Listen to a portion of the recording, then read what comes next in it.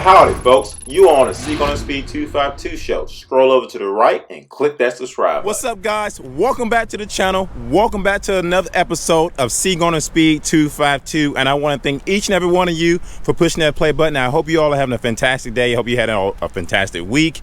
I hope whatever you was doing, you were great at it, and you know, you guys are trying to achieve your goals, whether or not you're trying to afford a C8, whether or not you're trying to afford your Honda Civic, whatever the case may be. I hope you guys are just having a great time at doing it. Today's video is going to be a pretty good one because I got a lot of requests and a lot of questions regarding, do I think the C8 was cursed by the strike and by the pandemic that just been recently going on?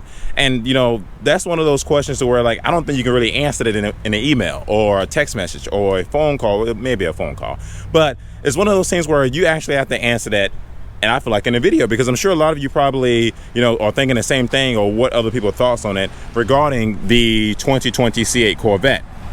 And I know some of you are thinking like, man, like this car went through a rough spell, a rough period, you know, with it being having a strike at one point last year, to going through the coronavirus and all that great stuff. And I'm here to tell you right now in this video today, my thoughts on if the strike and the pandemic kind of ruined the C8 Corvette. And with that being said, let's go.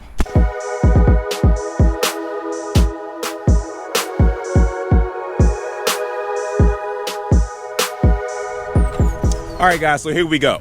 As you see right now, you have the 2020 C8 Mid Engine Corvette in front of me. And like I said before and in previous videos, the reason why I say 2020 C8 Mid Engine Corvette is not because I enjoy saying it every single time, although it is sounding pretty cool. It's because I want YouTube to recognize and understand what I'm talking about and what group to put it in. For instance, if I had maybe the Lexus LC500 in front of me and I kept saying 2020 C8 Corvette, YouTube's going to read that and think I'm talking about that car even though I have the Lexus in front of me. Even though I want YouTube to understand what I'm talking about. So with that being said, we are standing in front of the 2020 C8 Corvette.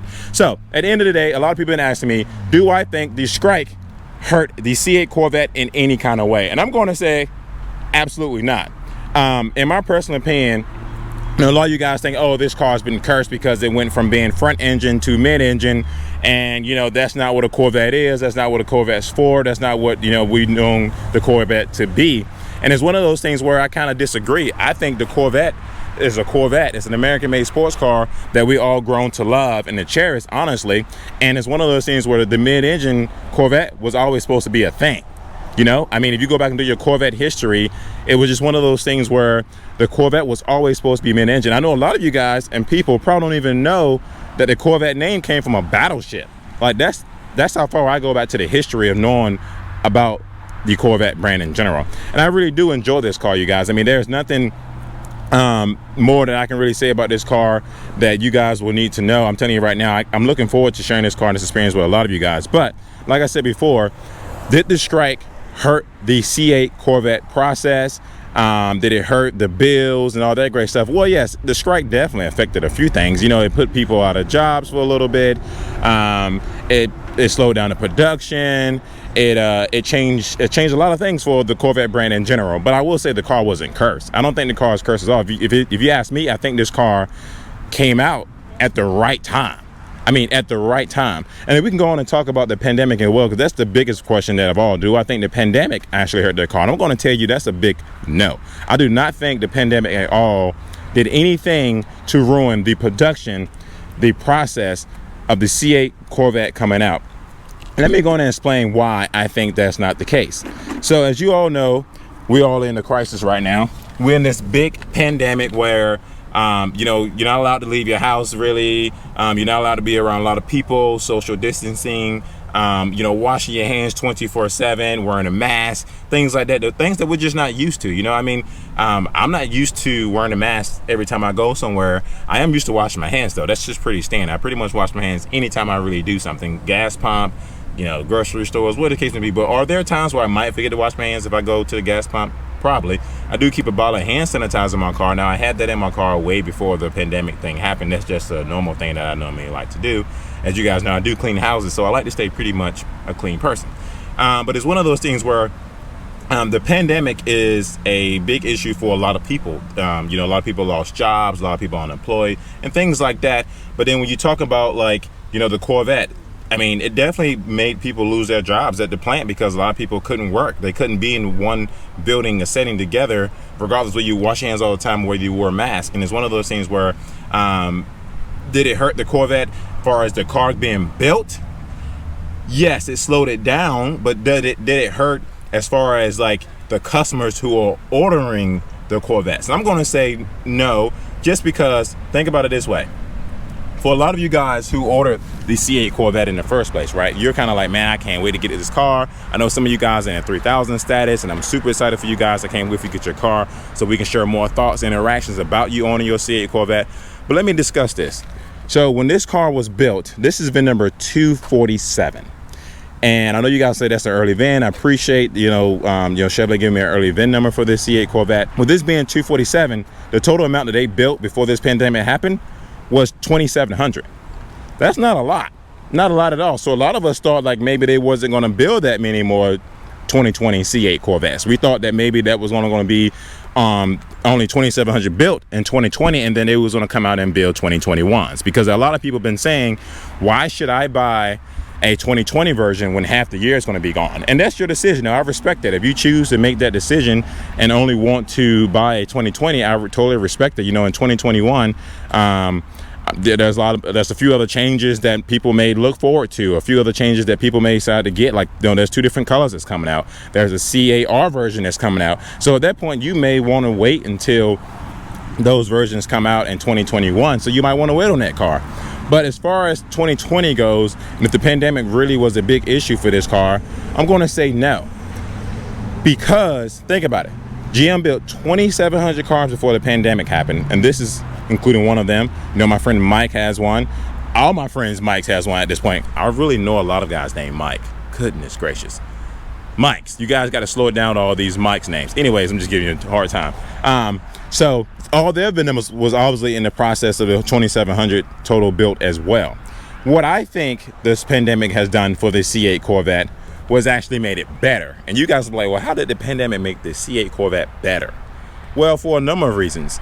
I told you guys before, I have been talking with Chevrolet a little bit about owning this car. You know, they've reached out to me quite a few times, asked me if there's any issues, if there are any problems, anything I dislike, anything I should know about, anything they should know about, whatever the case may be.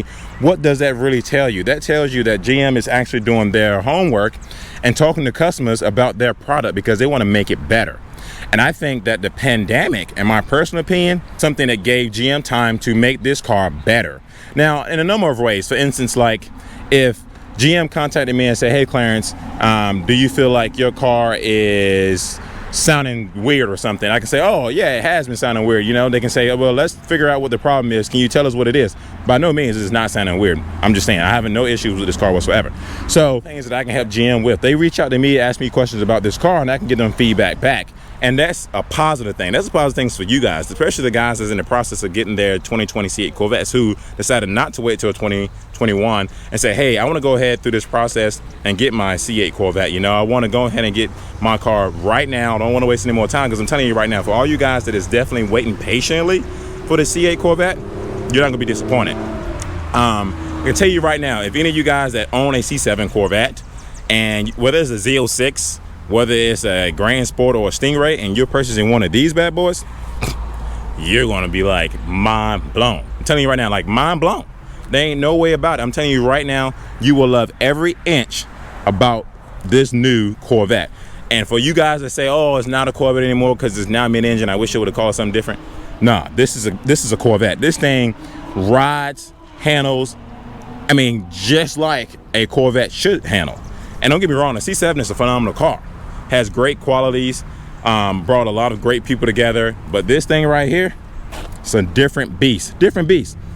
So for a lot of you guys who are waiting patiently for your C8 Corvette, I'm telling you right now, you're not going to be upset at all. Now, let's be realistic. Does anything man-made come with problems? Absolutely. This car is absolutely man-made. I mean, it is what it is. If you go out and get a brand new house and you get a custom builder and you tell them to build your brand new house from A to Z, I guarantee you, in that house, you're going to find something that you don't like. You're going to find something that's going to be a problem to you, because that's what we do. We find problems with something because that's how it is. And don't get me wrong, there's no car that's perfect. I can tell you that right now. You can literally go buy a $600,000 Lamborghini. You can go out and buy a $400,000 Lamborghini McLaren, and I guarantee you, you're gonna find some issues with that car.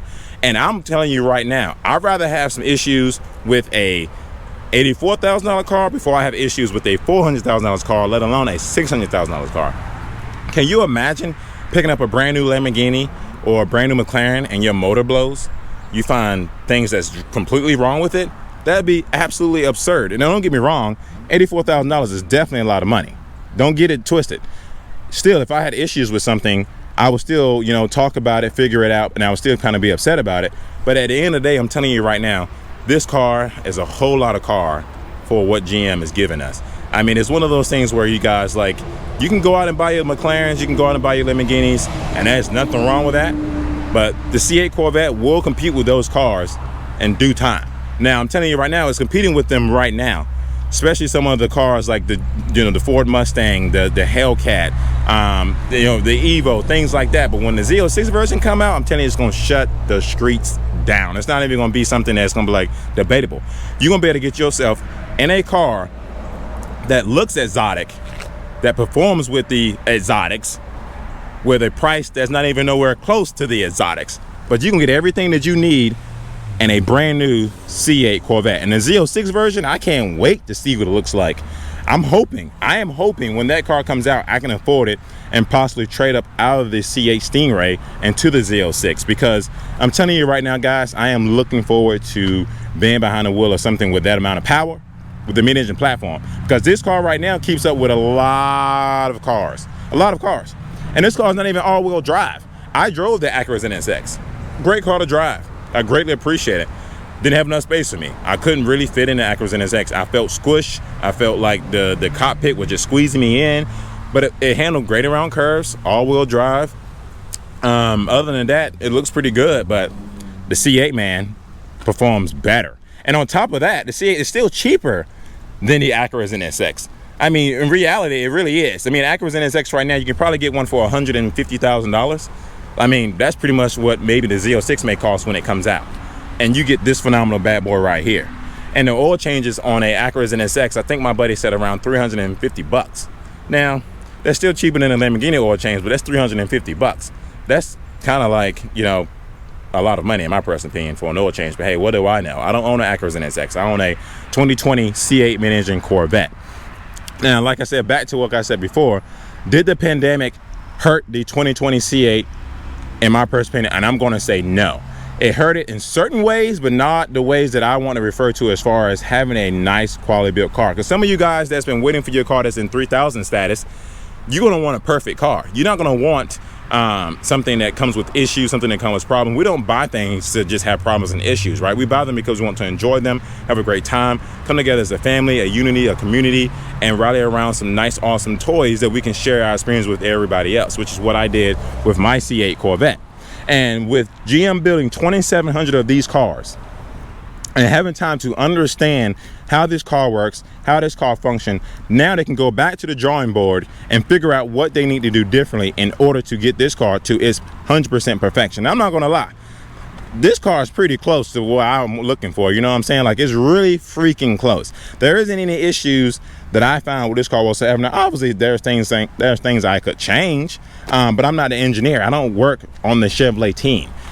You know, that's just, it is what it is. I mean, I'm sure there's somebody out there in the world who's like me, a lot of people like, well, I love the car. There's might be this I'll change, that I'll change, this I'll change. But overall, the car is freaking amazing, you guys. I mean, like, I can go on and on and on and talk about how great this car is and how I think the pandemic will actually help you guys who actually purchasing your C8 Corvettes, let alone 2020, definitely in 2021, because the more hands that this car get into, the more things that GM will find out about what they need to do going forward about this car. Now, I definitely know that there's been a few things here and there that people had concerns with, but I do know that GM took their time to figure those things out, because no one's perfect, right? No one's perfect. I hate when people's like, oh, you should never buy the first generation of anything. You should never buy the first generation of this. Well, should that mean you should never buy the first generation of a house that just been built, like the first house that ever been built in that neighborhood? Probably no, absolutely not. You should buy the house. I mean, nothing is perfect. I don't care what it is. There's nothing perfect. There's no perfect human being. There's no perfect car that's been built. I mean, if you think about it, I mean, the Nissan GTR, that car really hasn't had any upgrades since 2006. I mean, it had a little bit of upgrades, but not that many. Nothing has changed about that car. But I guarantee you, if you still go buy one today, you will find some issues, brand new or not brand new. That's just how it works. I mean, you go buy a Ford Mustang. Ford Mustang, to me, the body styles have looked the same for so many years now, but you still may find a problem. It's not that the car is the issue. It could be a faulty part that came from another factory or plant or whatever the case may be. Could be a faulty, you know, spark plug or a tire or wheel or, you know, something in the infotainment system. Not everything is built perfectly. You know, you just hope that you don't get that car. But I'm blessed and happy to see that I got a car that came with no issues. With the new 2020 C8 Mid Engine Corvette, you don't have to get an oil change till 7,500 miles. Now, I know some of you guys, I don't blame you. You go out and get your oil change at 500 miles if you wanted to. I had somebody reach out to me and said, Clarence, you know, when are you planning to get your oil change in your car? But you think you're gonna get it at 5,000 miles? I'm telling you right now, I talked to the engineers personally, literally on my phone, and said, do I need to get an oil change at 5,000 miles or should I wait till 7,500 miles? And he said, it's not necessary, wait till 7,500 miles. And I'm gonna wait. I don't see why not. They're the guys that engineered the car. Now, you can, by all means, go get your oil change. I'm not saying don't get you one. Go to your dealership and go get you one. But I'm gonna wait till 7,500 miles. There's that Porsche. I guess he must have saw this car over here and felt threatened. I don't know. That's just my personal opinion. It seems like anytime I'm recording a YouTube video and there's some sports car that passed by, they either got to out of their car, do a burnout, do a donut. They got to do something. It is what it is. But at the end of the day, I'm not getting my oil change until 7,500 miles because that's what I was told to do. It doesn't make sense to me to go get it any sooner than that when the car was meant to get an oil change at 7,500 miles. But once again, you guys that are waiting on your Corvettes and you're in your 3,000 status, just wait patiently. Just wait. Just wait patiently. Think about it. You waited this long. You have been waiting since July of 2019 when you saw the car unveil to get this bad boy. There's no reason to give up now. I know I got a lot of guys that's emailing me. I know who you guys know who you are, saying, man, is it worth the wait? Should I keep waiting? I'm getting sad. I'm kind of, you know, no, just keep waiting. Just keep waiting. I mean, great things happen to those who wait. That's all I can say. I waited, you know, I waited. Now, granted, I did get an early allocation. I got in an early phase of owning the C8 Corvette, and I'm really thankful, blessed, and happy for that. And I'm glad I got an early car because that way I can tell you guys all about the car, so you kind of understand what you should and what you shouldn't do with owning this car. Pretty much, I'm a guinea pig, and I'm okay with that. I'm okay with it because I have a YouTube channel for that reason, to kind of break it down to you guys, that make you guys understand what this car is all about and what GM is offering us. I can tell you right now, I cannot wait to see the future generations of this car because it's going to be incredible. But with that being said, you guys, if you haven't subscribed to my YouTube channel yet, please do, because I would love to have you part of this community. I'm telling you right now, you guys are fabulous. You know, please be safe. If you're quarantined, stay quarantined. If you go out in public, wear your mask, wear your gloves, whatever that makes you feel safe, but please be safe. And I'm looking forward to seeing you guys in another episode of Seek on a Speed 252. I'm out.